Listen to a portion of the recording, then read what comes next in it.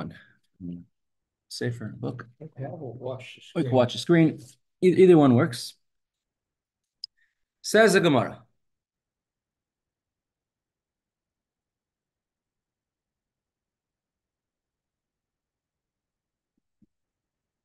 We went through different halachas, different laws, what you are allowed and what you're not allowed to do in a shul.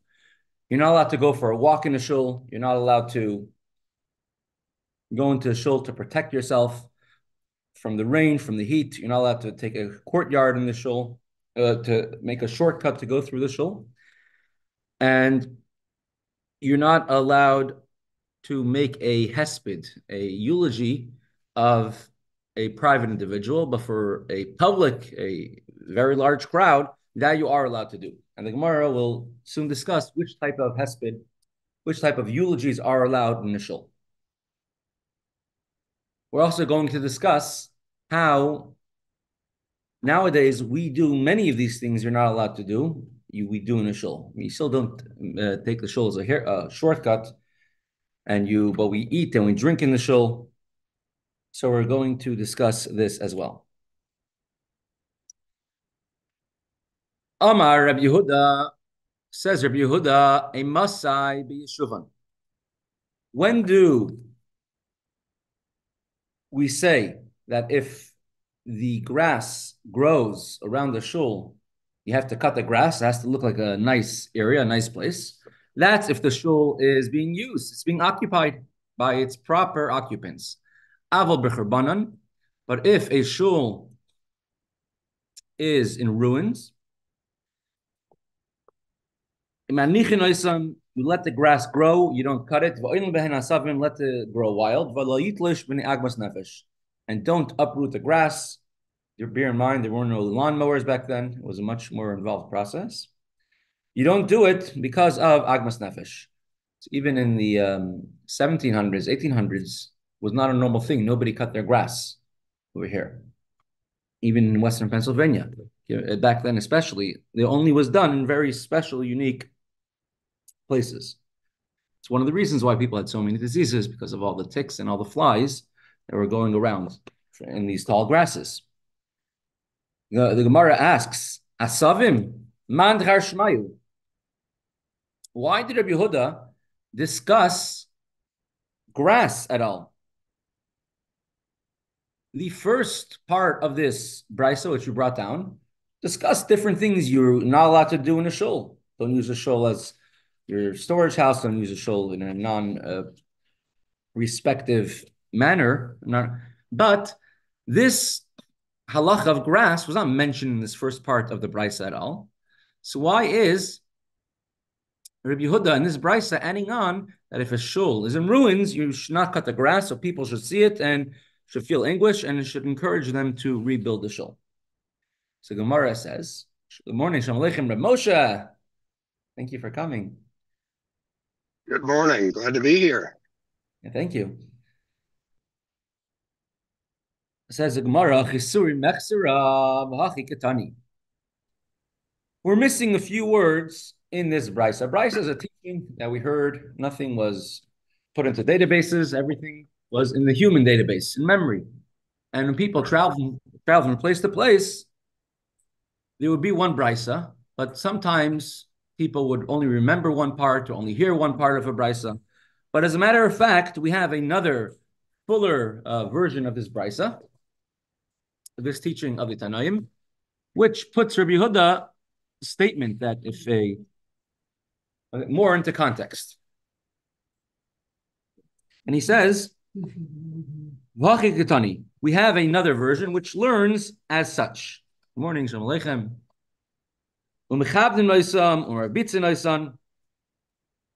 Part of respect for a shul, besides for not eating and drinking and eulogizing and taking a walk and using the shul as a shortcut, part of the respect of a shul is that you should sweep the shul from all the dust. You should mop the shul from all the dust. And you take away the dust by sprinkling water. Because the shul should be settled.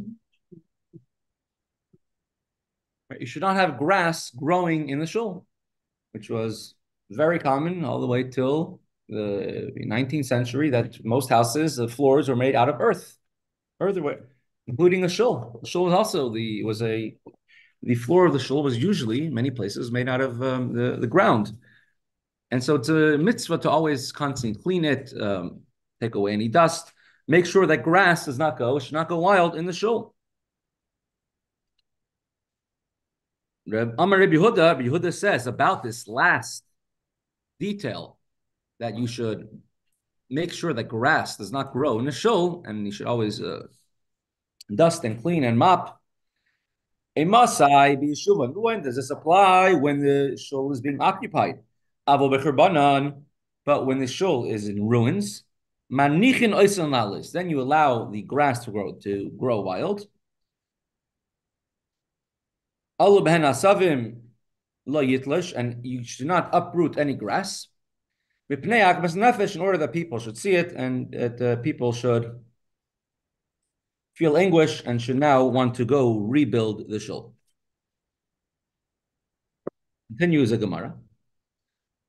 This is going to be connected to all the practical halachas in the shul. Come Sunday night, we serve food in the shul. Monday night, we serve food in the shul.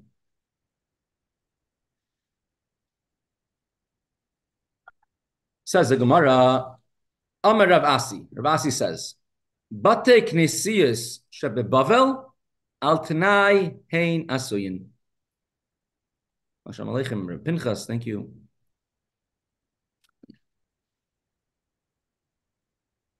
All the shuls which are in Bavel, outside of Eretz Yisrael, are made with a condition, conditionally.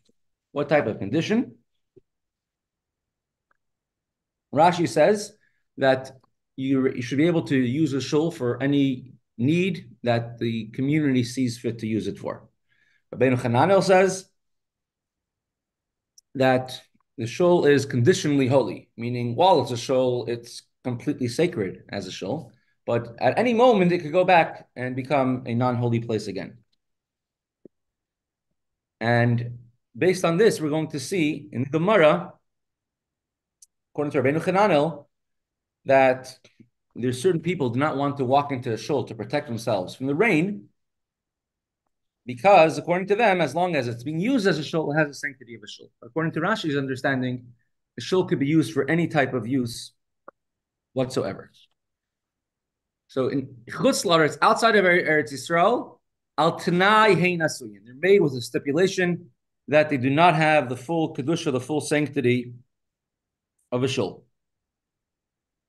And when it was built, it was known that eventually they're going to be destroyed, because there's only one place in the world that's permanent. Which place is that? Yeah, Eretz Yisrael.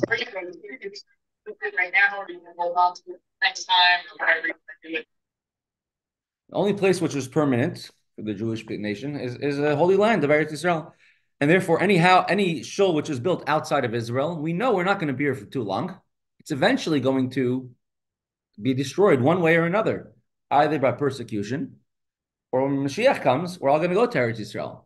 But the shuls in Eretz Yisrael, we're going to need it. When Mashiach comes, we're going to have a big lack of shuls, need for shuls in Eretz Yisrael. From all the generations and all the Jews in the world are going to need shuls.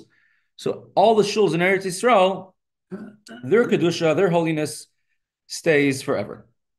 A condition has to be made before the shul is built. After the shul is built, conditions don't work retroactively. If you built it without a condition, just built a shul without having anything in mind. So in Eretz Yisrael, then it has a holy sanctity of a shul always in perpetuity. Outside of Eretz Yisrael, it's going to be if you didn't stipulate, it's like this condition was already there.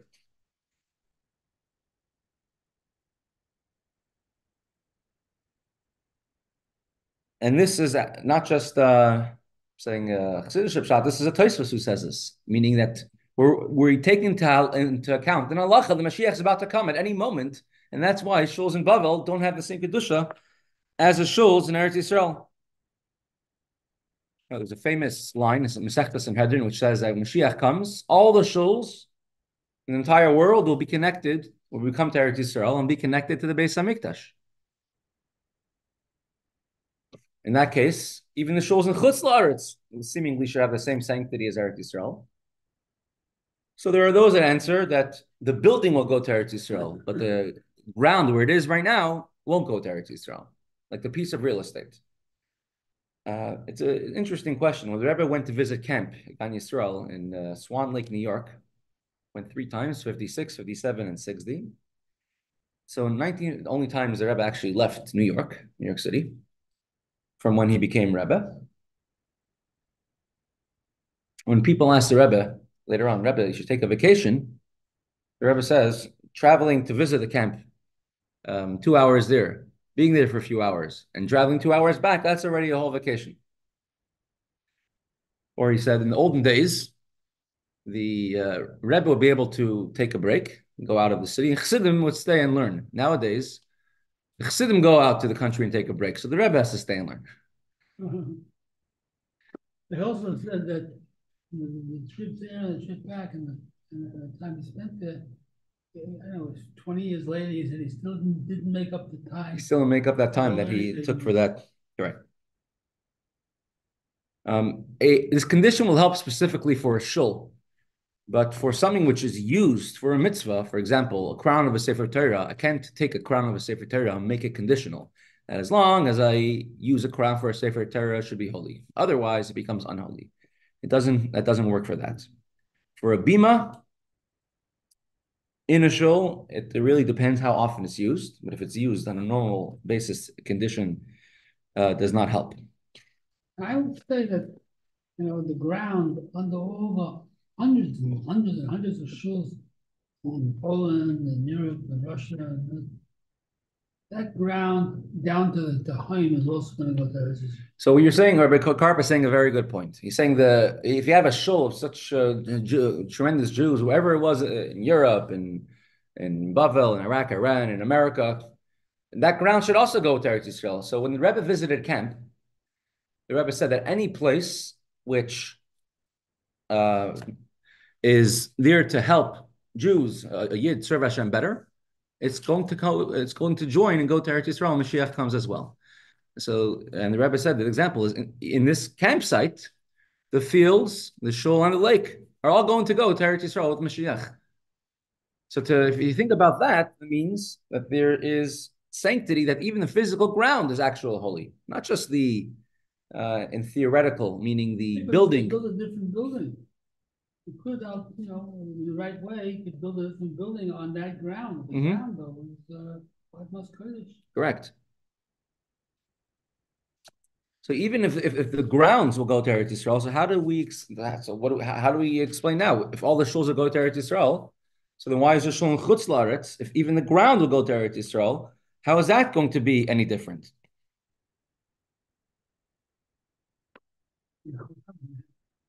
So the first answer we gave, that comes from the Ben Ish Chai.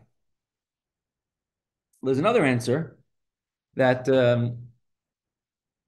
which is brought, interestingly, the name of the Chafetz Chaim is, if you have to sort of insert a reading into the Gemara, and it says it's made on a condition. The condition is that as long as we're in Galus, it's not going to be permanent Kedusha. It's only later on, Mashiach comes, then we could show retroactively it had Kedusha. But in the meantime, meaning when the Jewish people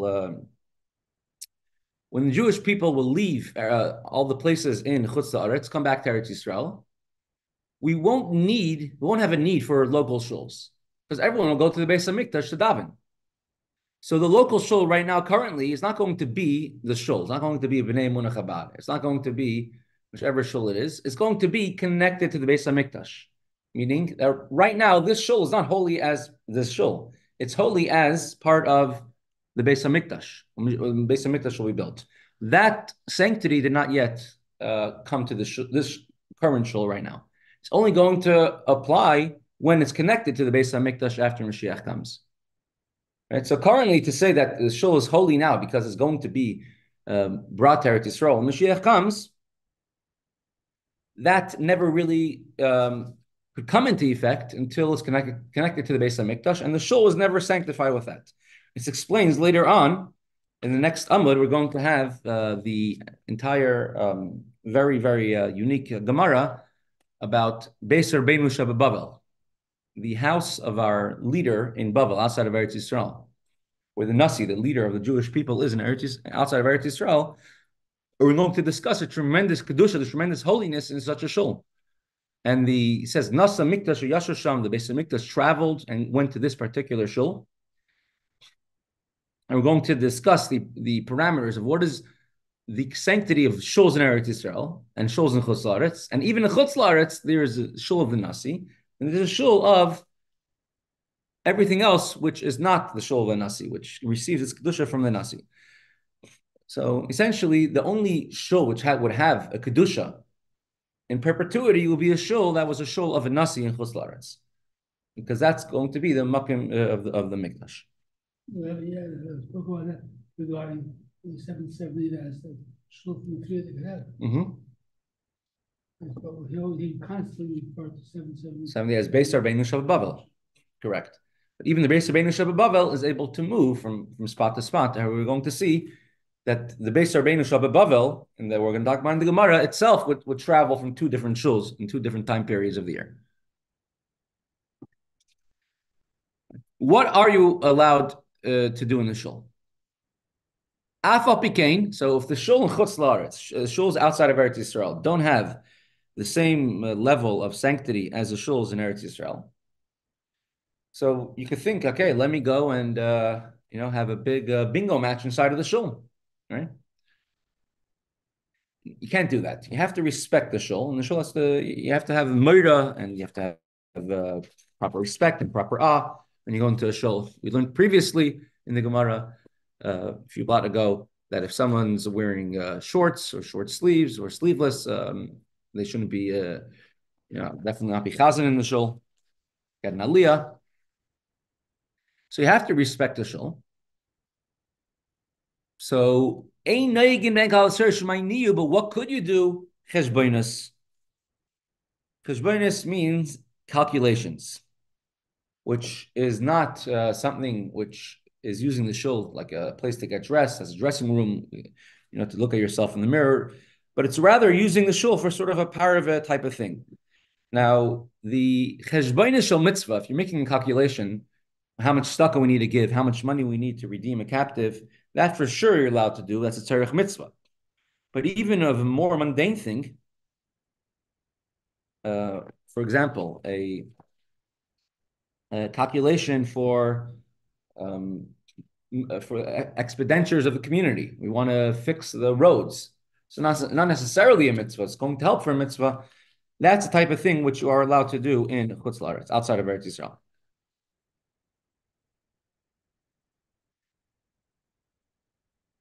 When you say the shuls will be connected to the Beis HaMikdash when the Mashiach comes, what do you mean physically? But I'm trying to think, if you have one in the north of Israel, maybe being part of Syria now, how are the people can't they make pilgrimages every day? You don't know. So some things we know, some things we're told about. The fact that it says that all the shuls will go and travel to Eretz Yisrael, it's a Gemara in Mesechta Sanhedrin. It says that we're going to go every single Shabbos and every single Rosh Chodesh. All Jews will go to the Beis HaMikdash. Now we previously went 3 times a year, Pesach, Shavuot, Sukkot. Every Shabbos, every Rosh Chodesh, and we're going to travel on clouds. Clouds will take us. If a person wants to go to the local shul, how will they get to the local shul? Not sure exactly all these things, but like some things make sense where it says that when Mashiach comes, the entire Beis HaMikdash will become the Kodesh HaKadosh and the Holy of Holies. The entire city of Yerushalayim will become the Beis HaMikdash. Entire Eretz Yisrael will become Yerushalayim, and the whole world will become Eretz Yisrael. So how could the Beis HaMikdash become so big, so large? But if you attach all the shuls from all over the world to the Beis HaMikdash, it can make sense that the Beis HaMikdash will become the size of the whole Yerushalayim.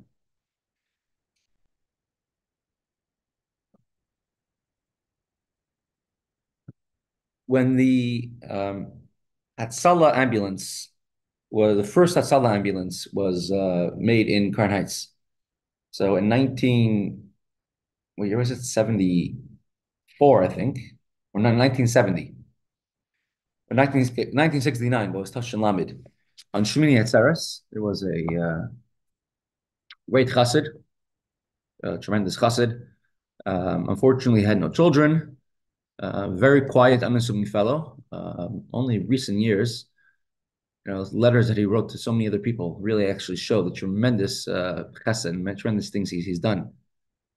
He single-handedly probably was responsible for saving at least 500, 1,000 chassidim from Russia in the 1946, 47, getting them out. He started Beis Rivka. His name was Rabbi Yitzchak Golden. Unfortunately, he had no children. He was by the Hakafos of the Rebbe in 770 in Shmini Atzeres, and in the middle of Hakafos, he had a heart attack. And they called the EMS, and by the time they came, it was already too late. And he passed away, unfortunately, over there. And that's when they started Hatzalah in Crown Heights. They already started in Williamsburg shortly before that. They started Hatzalah in Crown Heights, and they brought the first ambulance. And the Rebbe spoke about an ambulance, which is a vehicle of Hatzalah.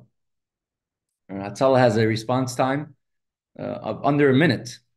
And then you could call if you call the EMS in New York, they might come in 10 minutes. If you call the police, they'll come in 30 minutes. So the Rebbe spoke about this, saying that a vehicle which is whole purpose is to help save other fellow Jews, such a vehicle will also go to Eretz Yisrael, also be part of. So what it means, go to Eretz Yisrael, be part of Eretz Yisrael. But the Rebbe says it will go with Mashiach, with the shuls, it will go to Eretz Yisrael as well. I don't think it's going to be attached as an exhibit to the Beis HaMikdash, but I mean, so what exactly that means, I'm not exactly sure. Interesting, because I heard the story that the Shraga had a heart attack in the bathroom, and when he had the heart attack, he saw himself, and the city EMS came. And he didn't like him because he was an activist. No, he was dressed up to go to a New Year's party. Ah. The Schwartz was all dressed up to go to a New Year's party. And he told the wife, I'm not going to touch him, you clean him first. By the time she cleaned him, he passed away. Crazy. I never heard of story like that. But this was yeah, but there was a terrible thing. I heard some details about the story, very unhappy details about a particular story. But he was a big, well-known person, activist and everything, with the police, security at Crown Heights and all that, and tremendous respect from people. So that's why they weren't. Right. So Rebbe Tzvi started Hatzalah, right? Yeah. I think it was him who took it to, I think he was standing next to Rabbi Yitzchak Golden and he felt like so terrible about this. Yeah. I didn't know. He passed away in 1969.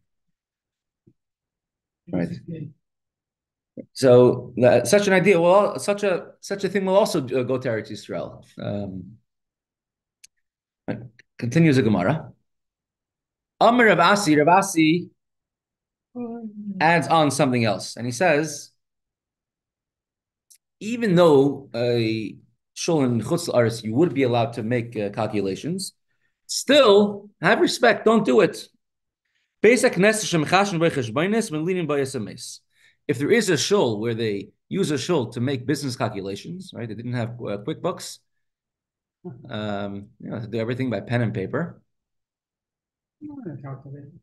Calculators, right? So that's why you need you need a big table with a lot of space where you can write. The shul is a good place to make these calculations. So the shul which uses it for making calculations, is used also to keep corpses inside, keep someone who passed away inside. The Gemara asks, if I use a shul for making calculations, I should put a corpse in there? So he says, the Gemara says, no, this is what he means.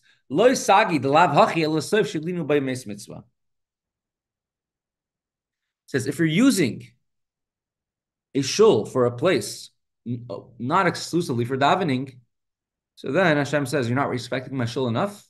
The shul is eventually going to have to be used for other uses, which are not so pleasant, that someone passes away and there's no relatives, no one around to take care of them, take care of the person who passed away. So that person will be brought into the shul, and they have to have a mace mitzvah. That person, will have to be taken care of. The body will be brought into the shul. So Asi disagrees.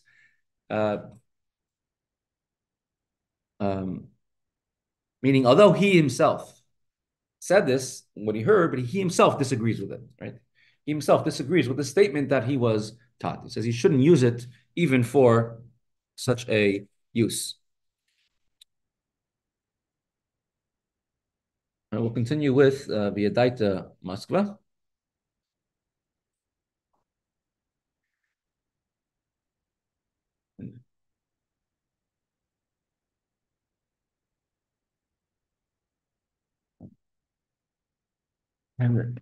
Have these.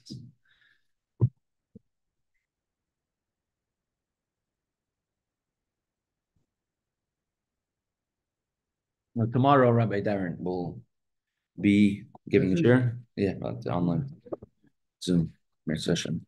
Zoom. Zoom Gali. Mm-hmm. Zoom Gali.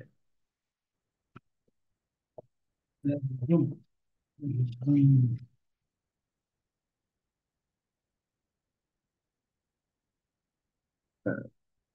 We can share. So the Rebbe explained one point of his Maimer in Taf Shalom in Beis 1972, 78.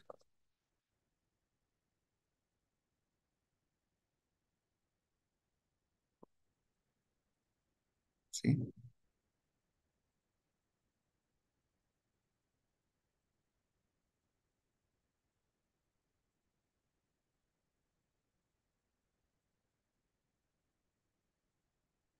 Let's see if we can make it a little bit larger. It says Shmamis.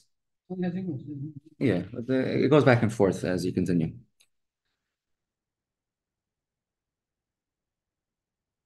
It says Shmamis Heichal Melech. You have a spider in the king's palace. So spiders like to stay in castles and palaces of the king. Why is that? Because most places the roof was very low. So if there's a spider, then they're going to take a broom and get rid of it, swat it away. But the palaces, the houses of the kings, were very tall. So the spider had would make a web high up in the ceiling, and nobody would disturb it over there. Now, if someone's standing in front of a king and say, "Cool, I've never seen spider webs, so many of them," and instead of focusing on the king, they focus on the spider webs. What would the king do? Back then, for sure, king would get very upset. Probably take his head off. So, in a similar sense, when we're here in the world which Hashem made, we could focus on the spider, which is up there in the ceiling, which is everything that we see in reality right in front of us. But if you focus on what's really the real existence of the world, which is Hashem's existence, that's a real thing, Havaya Hu Elikim, then there's no reason to focus on the spider. And if you do it, you realize, how could I, in front of Hashem, focus on anything but Hashem? If somebody has $1 million deal, but I have to pay a $10 commission to get it, person says, "Oh, I'm not going to make this deal because I'm going to lose $10 on it." Don't focus only on the small problem, right? You focus on the big solution. So we know that Hashem has a plan. Hashem knows what He's doing. And that's why a chassid is always happy. Why are you always happy? Well, no one has their problems in life. Everyone has problems. But as a chassid, you're taught, lift your eyes up and look always, what is Hashem? Right? See who created this. What's Su'u Mara Menechem stands for? Shema. Lift your eyes up. You always look at heaven. Chassidim used to wear in Russia the casquettes with a very, almost a very, very small brim. And later on, these type of hats became outlawed, and it became a new law by the Tsar, one of the Tsars, in times of the Tzemach Tzedek, that you're only allowed to have hats with brims in Russia. He didn't like it for whatever reason. And Tzemach Tzedek explained the reason is it's a spiritual reason. The reason why this decree took place, it's because Chassid always looked up to heaven, looked up to Shemayim, always looking up towards Hashem. And the Tsar, the angel of the Tsar of Russia, was not happy with this, and therefore he made it should be a decree. You have to wear a brim, then it should block your constant view. You have to tilt your head up in order to look at the Shemayim, look at the heavens. And the Tzemach Tzedek said, now we have to tilt the brim in a way they tilt it. They should always be able to see it. The idea is they're able to look beyond. So we're looking here inside. V'shem Elikim. We keep the brim down. The Litvish put the brim up. Correct. The whole idea of wearing hats is only a more modern thing. It only started, I think, in Russia. I mean, in the U.S. after we came here. Chassidim didn't wear hats, as far as I know, till. He wanted a whole study. Yeah, but all that considered what kind of hats did they wear? What happened to all this material? I don't know. A lot of it was in his head. Yeah. He once heard him sitting outside 770 to I forget who it was, one of the really elderly Chassidim, and one of the questions he asked him, what kind of hats did they wear? In Lubavitch, they all wore casquettes, but it's interesting. In Poland, it's some you'll see both. Particularly in America, that's where they they started wearing these type of hats. In Poland, you had the itchy mares, itchy marrow. Poland, what? They were called itchy mare, for the getter. Yeah. Getter used to wear hats. Yeah, itchy mare, but I don't know if it's just kids or the older ones. I don't know. Now, they said that the Getter Rebbe had 10,000 Chassidim who didn't put on tefillin every day because they were under bar mitzvah. That's how many Chassidim they had. They used to wear Steinbach. Not only on Shabbos they wear Shremel. Let's continue. V'shem Elikim hu bechinas midas adin v'atzimtzum. The name of Elikim is Shalom Aleichem, Rebbe Shmuel. Thank you for coming.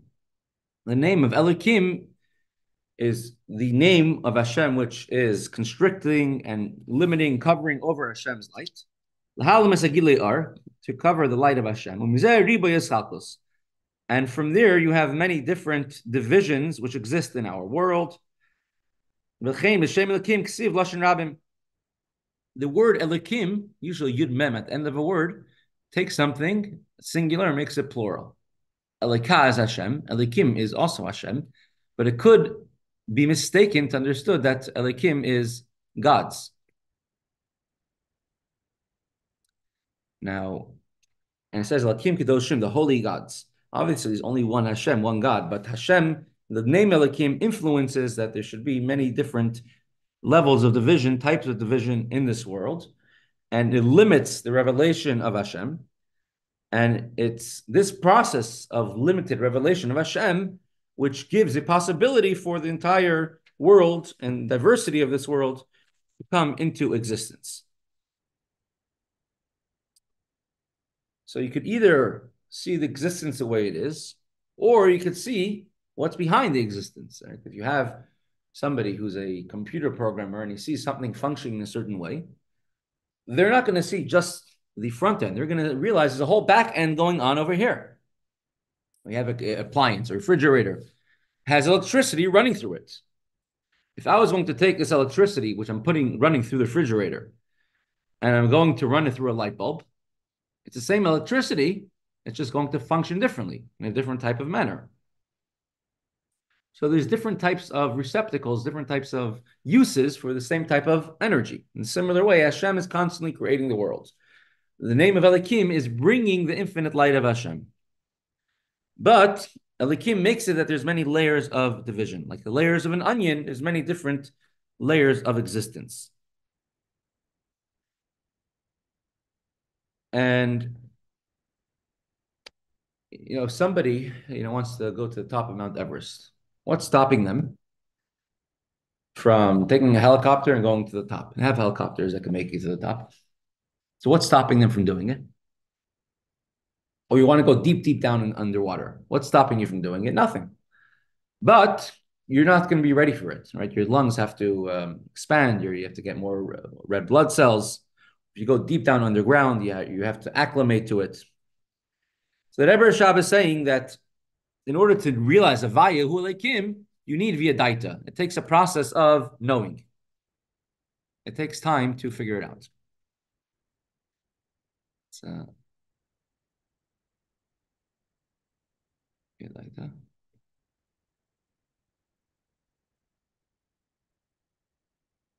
Via Lashon HaKabbalah. Just want to bring in the actual memory. Lashon HaKabbalah in the terms of Kabbalah, here in Kabbalistic terminology. Page 90.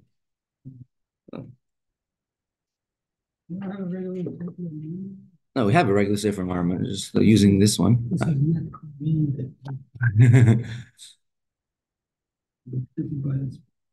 Okay. So according to the terms of Kabbalah, it's brought in Torah, are Shem Havaya Makara. The name Havaya Yudke Vavke, that is a source of light. Hashem's godly light. And the name of Elokim, that is a source of the godly vessels. What is light? What is vessels? It says when Hashem created the world, Hashem first created light. Later on, Hashem had to hide that light. And that light Hashem placed into the Torah.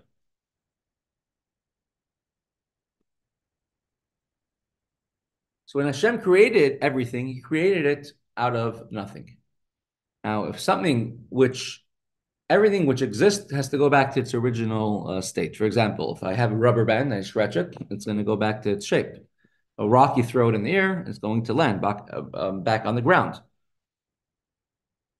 Same thing, the world didn't exist, and Hashem created it. It should revert back to nothingness. Only reason why it isn't is because Hashem is constantly creating the world every single moment.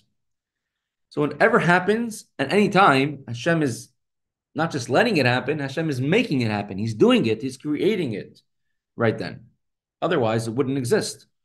There was one time a conversation between a chassid, two friends. They grew up in school together. One became a chassid, and one was not a chassid. And so he said, "What did you learn when you're learning chassidus?" He says, "We learned about Hashem." He says, "I knew about Hashem always." He says, "It's great. His table in front of us. If Hashem wanted it to stop existing, what would happen?" So his friend tells him, this table, Hashem will make a fire and burn the table up, and it would stop, and it would no longer be. So he said, such Hashem, after learning Chassidus, I now know such Hashem is a type of Hashem that belongs in the fire, because if Hashem wanted to stop the table to exist, He would simply stop making it. He's creating it every single moment from new. So the letters of the Torah, which is the lights, are constantly creating the world over and over. And so Havaya, the name Yudke Vavke, the 4 letters of Hashem, is the lights of Hashem. Elokim, concealing, as if you remember Rabbi Paul Eisenberg, the Rebbe told them in Yechidus the word effulgence, right, for Hashpah. That will be the idea of light, giving the godly energy. Kalim are more the ability to receive what's being given to you, to be the receptacle, to be the light bulb, to receive the electricity.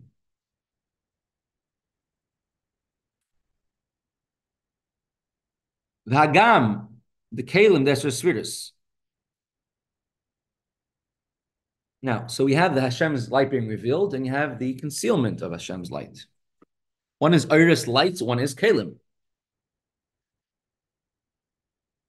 the light of Hashem is very intense, and a person who is a neshama, a soul, is not able to handle such intensity of the greatness of the lights of the light of Hashem. Just like a human being can only understand with a brain. If there's no brain, you can't understand anything logically. A neshama will not be able to, by its own quality, the neshama, the part of the soul, it's in the body, would not be able to process and have a feeling of godliness, feel close to Hashem. A neshama is made up of many components. We have thoughts, feelings, emotions, machshava, dibur, maisa. We wouldn't be able to process and feel with Hashem unless Hashem's light could be brought down to our level.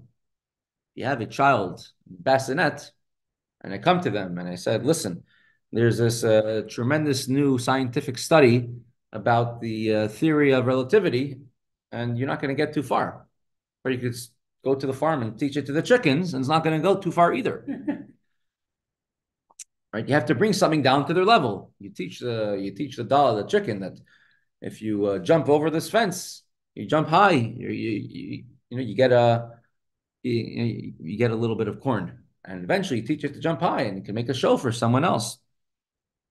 So Hashem's infinite light can only be processed by the neshama only if it's limited in a certain type of way, and Hashem made a system for it. Right? It came with 10 sayings, Asar Mamaris, which in turn made 10 spheres.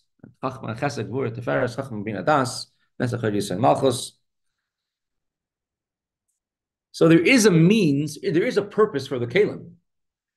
The Kalim, the Eser spheres, although the vessels that these 10 spheres, which reveal the light of Hashem, they reveal the light which is enclosed within them.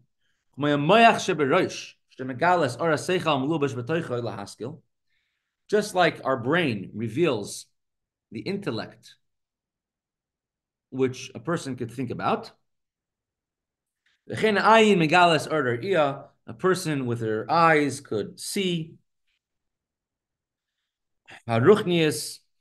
You have in your soul, you have a power of vision, and this power of vision comes to rest in your eyes. Power of vision does not come to rest in a different part of your body. You have the power of emotion, and that's resting in your heart. That's why your emotions are felt mainly in your heart. Right? The person feels happiness, excitement, they feel in their heart. The person feels sadness or stress. Unfortunately, many times they have heart attacks, right? The emotions are felt, and the power of emotion is felt in the heart. And when you're looking from a godly perspective, Chachma Moicha Chesed Diraya Yamina Shemigal Mesairis. Chachma is the level of Chachma of the spheres. That's a place to reveal Hashem's wisdom. Chesed, Hashem's kindness, is a place to reveal Hashem's right hand. These are vessels Shemigal Mesairis to reveal the lights of Hashem.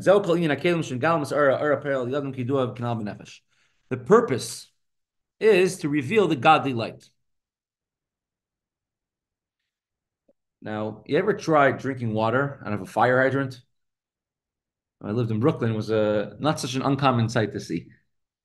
People want to drink water, they'll just open up a fire hydrant, drink some water from the fire hydrant. If someone is in the dark place, and suddenly you shine a very bright light at them, you blind them.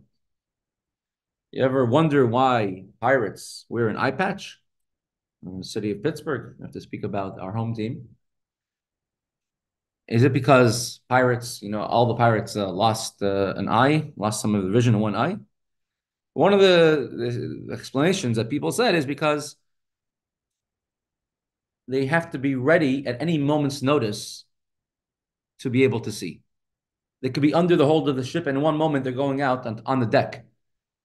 So they have to be able to see wherever they are in a moment's notice. They don't have time for their eyes to adjust.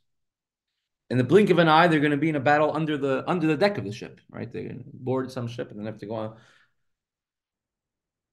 down under the deck. And the most dangerous time for a pirate is those few seconds while their eyes are adjusting from the brightness of the outside to right, for the pupils to dilate.